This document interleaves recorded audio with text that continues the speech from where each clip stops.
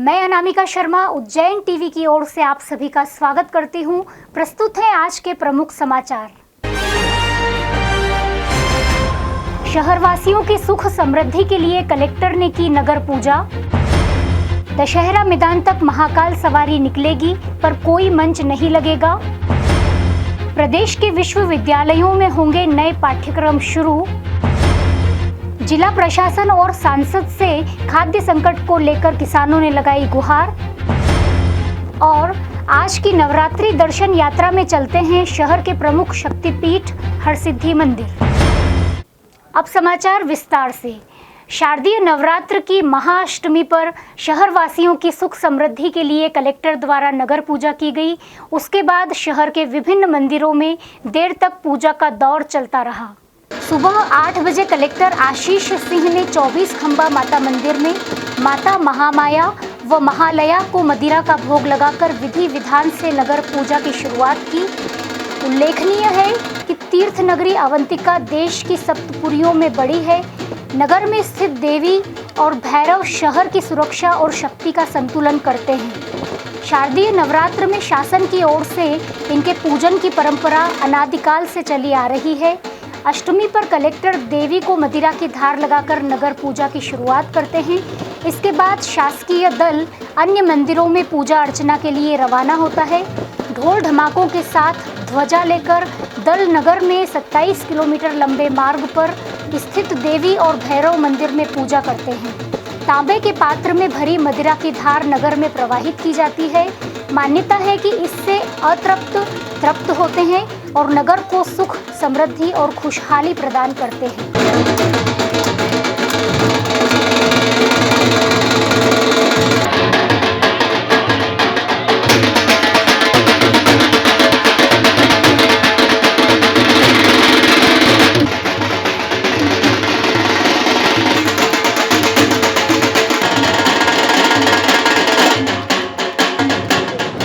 देखिए, उज्जैन की एक जो गौरवशाली परंपरा है जो अनादिकाल से चली आ रही है नगर पूजा की, आज उसका निर्वहन मेरे द्वारा अष्टमी के शुभ अवसर पर किया गया है। और प्राचीन काल से ही माना जाता रहा है कि ये पूजा शहर के लिए अत्यंत आवश्यक है, शहर की सुरक्षा के लिए, यहाँ के सभी नागरिकों के कल्याण के लिए। और उसी के अनुक्रम में शहर के प्रतिनिधि के तौर पर आज मेरे द्वारा ये पूजा संपादित की गई है। और मेरा ऐसा मानना है कि माता का आशीर्वाद और बाबा महाकाल का आशीर्वाद हमेशा से नगरी पर रहा है और आगे भी रहेगा।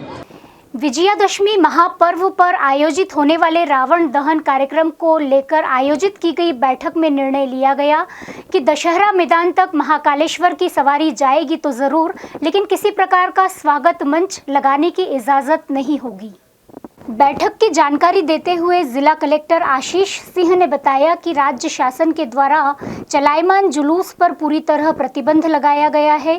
परंपरा का पालन करने के लिए सवारी रावण दहन स्थल तक तो जाएगी, परंतु स्वागत मंच की इजाजत नहीं होगी।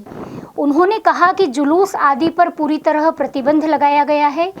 इसलिए इस बार की जो सवारी है वो सांकेतिक रूप से पालकी यात्रा के रूप में निकाली जाएगी, जिससे कि परंपरा का निर्वहन भी हो जाए और शासन के निर्देशों का पालन भी हो जाए। इसके साथ साथ जो अन्य जो स्वागत मंच वगैरह लगते थे और दूसरी जो भीड़भाड़ होती थी उसको पूरी तरीके से प्रतिबंधित किया गया है। केवल पालकी यात्रा के रूप में बाबा की सवारी को निकाला जाएगा, जिससे कि परंपरा का निर्वहन और शासकीय निर्देश दोनों का पालन करवाया जाएगा। जिला पुलिस अधीक्षक सत्येंद्र कुमार शुक्ला ने बताया कि शहर के अन्य इलाकों में भी रावण दहन के कार्यक्रम आयोजित हो रहे हैं। उन्हें भी प्रतीकात्मक रूप से रावण दहन करने के लिए कहा गया है। आयोजन स्थल पर किसी तरह की भीड़ भाड़ एवं नागरिकों को आने के लिए पूरी तरह से प्रतिबंध लगाया गया है। उन्होंने बताया कि ऑनलाइन एवं लिंक के माध्यम से दशहरे पर आयोजित होने वाले दहन कार्यक्रम घर से ही देखे जा सकेंगे। तो रावण दहन के संदर्भ में कल 4 जगह के कार्यक्रम हैं, उन सभी जगह पर व्यवस्था लगाई गई है, सोशल डिस्टेंसिंग का पालन हो। जो सरकार की जो अभी गाइडलाइन है उसके मुताबिक रावण दहन का जो आयोजन होगा, किसी तरह के कोई चल समारोह आयोजित नहीं होंगे। पुलिस की एक विस्तृत व्यवस्था इन सभी कार्यक्रमों के लिए निकाली जा रही है और पुलिस पूरी सजगता और सतर्कता के साथ काम करेगी और विजयादशमी का पर्व शांतिपूर्वक और संपन्न हो, इसके लिए पूरे इंतजाम किए गए हैं। उच्च शिक्षा मंत्री डॉक्टर मोहन यादव ने कहा कि मध्य प्रदेश में कई विद्यार्थी प्रवेश एवं परीक्षा से वंचित रह गए हैं, अतः विभाग द्वारा उन्हें एक मौका और दिया जा रहा है। वे 30 अक्टूबर से पंजीयन करा सकेंगे। डॉक्टर यादव ने आज मीडिया से चर्चा कर बताया कि पूरक परीक्षा उपयोगी रिजल्ट 67% आए हैं, इसी के नाते फिर से उन्हें पंजीयन का मौका दिया जा रहा है। आगामी 30 तारीख से इसकी शुरुआत की जा रही है। चूँकि पूरक परीक्षा के रिजल्ट भी परसों ही आए और रिजल्ट 67% से ऊपर लोगों ने इसमें अपनी परीक्षा क्लियर की है। ऐसे में फर्स्ट ईयर की दृष्टि से बड़े पैमाने पे लोगों को कॉलेजों की आवश्यकता थी। उच्च शिक्षा विभाग सभी विद्यार्थियों के लिए चिंता करता है, इसी नाते से अभी इन सब के लिए एडमिशन्स ओपन किए जा रहे हैं। इसका कार्यक्रम आ गया है।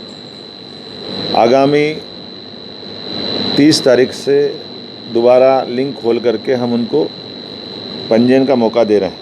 साथ ही उन्होंने कहा कि बीएड के विद्यार्थियों की भी 13,219 सीट्स अभी रिक्त हैं और आवंटित नहीं की गई हैं। सभी तरह के विद्यार्थियों को इस तरह का मौका दिया जा रहा है।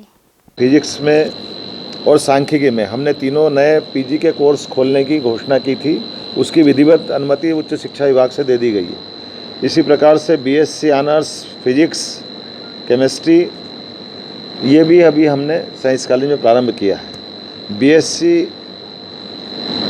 मत्स्य विज्ञान में भी साइंस कॉलेज में इस साल से नया कोर्स खुला है। जिले में कई सोसाइटी एवं व्यापारियों द्वारा किसानों को खाद का वितरण नहीं किए जाने के कारण उनमें आक्रोश पनप रहा है। इसी को लेकर कई गांवों के किसान जिला कलेक्टर से मिलने पहुंचे और उन्हें ज्ञापन देकर खाद उपलब्ध कराए जाने की मांग की। ज्ञापन के दौरान वहां मौजूद सांसद अनिल फिरोजिया ने भी जिला कलेक्टर को निर्देश दिए कि जिले में व्यापारियों के द्वारा खाद उपलब्ध नहीं कराया जा रहा है, उनके खिलाफ छापेमारी की कार्रवाई की जाए। ग्राम नडायडा सहित अन्य ग्रामों के किसान जिला कलेक्टर से मिलने पहुंचे और एडीएम नरेंद्र सूर्यवंशी को ज्ञापन दिया। उन्होंने ज्ञापन में आरोप लगाया कि कई सोसाइटियों के पास खाद की बोरियां मौजूद होने के बावजूद उन्हें नहीं दिया जा रहा है। हम खाद के लिए आए ना, कलेक्टर साहब से हमारे आपसे निवेदन हुआ है कि खाद का लेटर प्लेट आ जाए तो आपको हम खाद बांट देंगे। हम खाद का मामला है, हम 3 दिन से किसान परेशान हो रहे, दुकान पे आके सुबह डेली आके परेशान हो रहे। वो बोल रहे कि खाद का मामला है, आप लेटर प्लेट दिलवा दो। तो शिकायत करना है, कोई सोसाइटी वाला खाद लेके बैठा हुआ है, बोले नेट पे नहीं चढ़ा, नेट पे चढ़ जाए तो हम बांट दें। तो मैंने निर्देशित करा कलेक्टर को कि भाई आप इसको जो भी है कृषि विभाग वाले उनको बोलो कि वो उसको नेट वेट पर चलाओ और किसानों को खाद तुरंत अवेलेबल करवाए। और ये भी निर्देशित करा है कि आप जो खाद आ रही है तो मार्केटिंग में शिकायत आ रही है, जो वितरित नहीं कर रहे हैं तो उनके छापे डाल के उनके ऊपर सख्त से सख्त कार्रवाई करो और किसानों को खाद दिलवाने का काम करो। नवरात्र महापर्व में विभिन्न चल समारोह पर प्रतिबंध लगे होने के कारण जयसिंहपुरा युवा संगठन द्वारा चुनरी यात्रा स्थगित कर दी गई और प्रतीकात्मक रूप से हरसिद्धि मंदिर जाकर पूजा अर्चना की गई। जयसिंहपुरा युवा संगठन के संयोजक अशोक माली ने बताया कि राज्य शासन के निर्देश पर चुनरी यात्रा स्थगित कर दी गई और माताजी की चुनरी हरसिद्धि मंदिर पर चढ़ाई गई। इस दौरान रूपेश माली, सुनील भावसार, संतोष सोनिया, कमल प्रजापत, गोपाल अग्रवाल आदि संगठन के सदस्य मौजूद थे।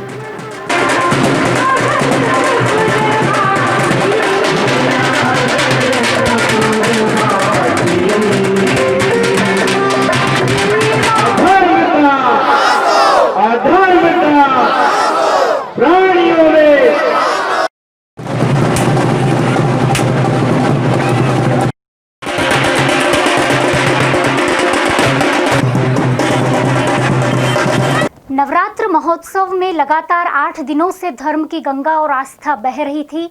अब ये समापन की ओर है। आइए देवी दर्शन श्रृंखला में आज चलते हैं शहर के प्रमुख शक्तिपीठ हरसिद्धि मंदिर। हम आपको प्रतिदिन माता जी के दर्शन करवाएंगे।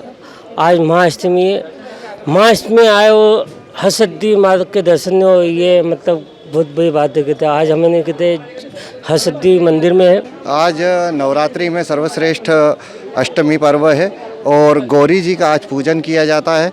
जो श्रद्धालु पूरे नवरात्रि में यदि कोई देवी का दर्शन पूजन न कर पाए लेकिन आज पूजन कर लेते हैं, दर्शन कर लेते हैं, तो उन्हें नवरात्रि का महत्व प्राप्त होता है।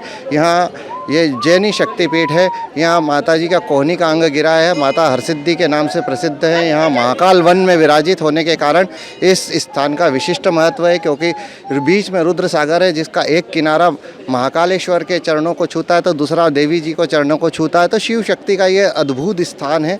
अभी जो सामने आप प्राकृतिक दीप स्तंभ देख रहे हैं, ये विश्व में मंदिरों में सर्वाधिक ऊंचाई वाले प्राकृतिक स्तंभ है जो प्रज्वलित होते हैं। और ऐसी मान्यता है कि इनके दर्शन कैलाश लोक, ब्रह्मलोक और विष्णु लोक से भी होते हैं। तो जो यहाँ श्रद्धालु इन दीपों का प्रज्वलन कराता है उससे महाकाल वन प्रकाशित होता है। कैलाश और शिवलोक और विष्णु लोक और ब्रह्मलोक से भी उन लोगों के पूर्वजों के दर्शन होते हैं और वो हर्षित होते हैं। और विक्रमादित्य जी के समय से ये मान्यता थी कि जब वो राग दीप गायन करते थे तो ये दीप स्वतः जलते थे तो उनका कुल हर्षित होता था, देवी उसी से प्रसन्न होती थी और उन्हें ऐसा आशीर्वाद दिया था कि वो न्यायप्रिय थे।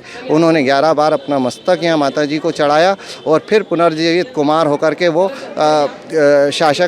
शासन व्यवस्था में लग जाते थे। इस तरह से यहाँ श्रद्धालु जो दर्शन पूजन को आते हैं उनको माता जी मनोरथ पूर्ण करती है। नवरात्रि में यहाँ विशेष पूजा। उज्जैन के दशहरा मैदान का लाला अमरनाथ स्मृति 57वां दशहरा महोत्सव 25 अक्टूबर रविवार को सायंकाल 6:30 बजे कोरोना रूपी रावण का दहन कर मनाया जाएगा, जिसका सीधा प्रसारण रेड 9 के उज्जैन टीवी द्वारा भी किया जाएगा। उज्जैन के प्राचीन दशहरा मैदान में दिनांक 25 अक्टूबर को गोधूली बेला में सायंकाल 6:30 बजे कोरोना कोविड-19 रूपी रावण का दहन किया जाएगा। राम, लक्ष्मण, हनुमान जी इस बार सवारी के रूप में न आकर वहीं मौजूद रहेंगे। प्रतीकात्मक रावण के आकर्षक रूप को श्री राम का बाण जलाकर भस्म कर देगा। उज्जैन के जिलाधीश आशीष सिंह राम, लक्ष्मण, हनुमान जी की पूजा कर कार्यक्रम का आरंभ करेंगे। जिला पुलिस अधीक्षक सत्येंद्र कुमार शुक्ला प्रतीकात्मक आतिशबाजी का प्रारंभ करेंगे। स्वर्गीय लाला अमरनाथ स्मृति समारोह के संयोजक ओम प्रकाश खत्री, सह संयोजक शिवा खत्री ने बताया कि रावण दहन कार्यक्रम का सीधा प्रसारण रेड 9 उज्जैन टीवी द्वारा किया जाएगा। रावण दहन कार्यक्रम के समन्वयक एवं उज्जैन टीवी के निदेशक डॉक्टर प्रकाश रघुवंशी ने बताया कि ऑनलाइन प्रसारण को उज्जैन टीवी लाइव में दिखाया जाएगा, जिसका लाभ सीधे तौर पर सभी मोबाइल धारक उठा सकेंगे। वहीं रेड 9 टीवी के केबल धारक चैनल नंबर 51 पर इस प्रसारण का लाभ ले सकेंगे। रावण हर साल जैसे हम बनाते हैं, उस बार हमने खाली सांकेतिक रावण बनाया है। कोरोना काल को देखते हुए शासन प्रशासन का जो हमारे को गाइडलाइन इशू हुआ है उसके अनुसार हमने बनाया है। सबको एक ऑनलाइन लिंक मिलेगा, आप अपने घर पे बैठ के देख सकते हैं। तो 11 फीट का हमने ये रावण बनाया है और मैदान में किसी को भी आने का परमिशन भी नहीं है और हमने किसी को बुलाया भी नहीं है। और एक खाली सांकेतिक कोरोना को देखते हुए कोरोना का ही उसमें बनाया है हमने रावण के उसमें, कि जल्दी से कोरोना ख़त्म होए और हम सब नॉर्मल लाइफस्टाइल में वापस आए। आइए एक नज़र डालते हैं उज्जैन शहर में मौसम के हाल पर।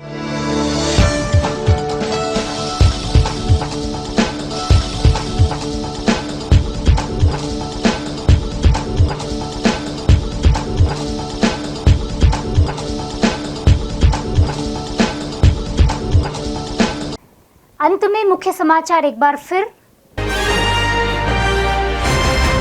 शहरवासियों की सुख समृद्धि के लिए कलेक्टर ने की नगर पूजा। दशहरा मैदान तक महाकाल सवारी निकलेगी पर कोई मंच नहीं लगेगा। प्रदेश के विश्वविद्यालयों में होंगे नए पाठ्यक्रम शुरू। जिला प्रशासन और सांसद से खाद्य संकट को लेकर किसानों ने लगाई गुहार। और आज की नवरात्रि दर्शन यात्रा में चलते हैं शहर के प्रमुख शक्तिपीठ हरसिद्धि मंदिर। ये थे उज्जैन शहर के प्रमुख समाचार। ताज़ा समाचारों के लिए देखते रहें उज्जैन टीवी। नमस्कार।